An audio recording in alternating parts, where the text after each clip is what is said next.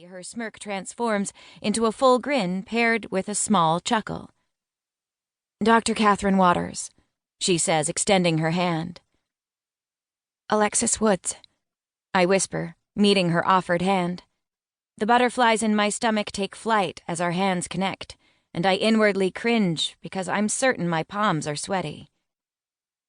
"Sorry?" she asks, releasing my hand. She raises one eyebrow, assessing me. It is one of the sexiest things I have ever seen. "Alexis Woods," I mutter, trying to regain my senses. Catherine's beauty is disarming, distracting me from adhering to the social etiquette I've always strived to observe. "So, what do you do?" That voice. I could listen to her speak forever and become lost in the lullaby of her words. "I'm a surgical technologist," I answer, regaining some composure, my voice starting to sound like my own again. "Ah, very nice," she answers with a smile. Do I sense a small amount of disappointment? Mine is an occupation you do because you love it. Recognition and praise are not common in my field, and I have never required them. The reward has always been in the job itself, in helping to save or improve lives. The thought that she might see it as disappointing bothers me. "I'm sorry. Were you leaving?" "No, it's just that..." I start to reply before being interrupted by someone calling for Dr. Waters. "Sorry. It was nice meeting you. I must go prepare for my presentation." "Nice to meet you as well. Good luck." With that, I am free. Free from the din in the hall and the trance I found myself befuddled by in her presence. I look for her before I step out of the lobby, but she is long gone, lost in the crowd. It is a perfect afternoon to spend on the beach.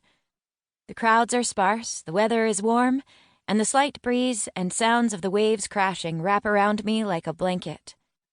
I haul my book and bottle of wine down to the water, prepared to read and relax until daylight fades. Lost in the story, I read until it is too dark to continue.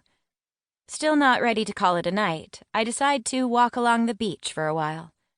Absorbed in my thoughts, I am aware, yet oblivious, to the few people that wander the shore with me. How will Elena and I fix the rift that has grown between us? Can it be fixed? After 5 years together, should we just walk away? The problems from home have followed me to this safe haven, refusing to be ignored. "So, this is where you were in a hurry to get to?" My thoughts are interrupted by the silky voice from this afternoon. I look up to confirm who is addressing me. My eyes meet the deep blues of Dr. Catherine Waters, her smirk firmly in place. "Yes, well, no, not really.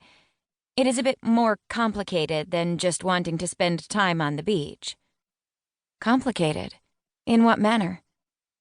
The smirk is still in place on her full kissable lips. Lips that I'd love to nibble and suck on.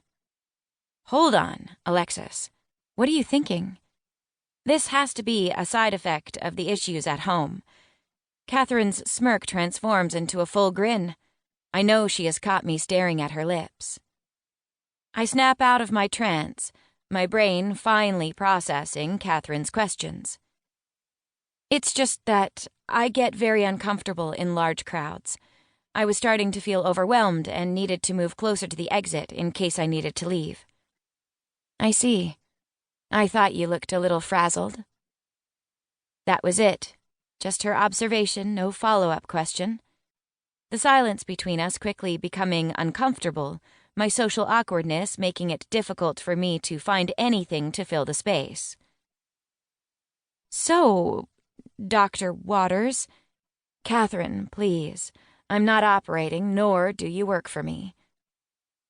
"All right, Catherine. What brings you out here?" "I accidentally fell asleep earlier.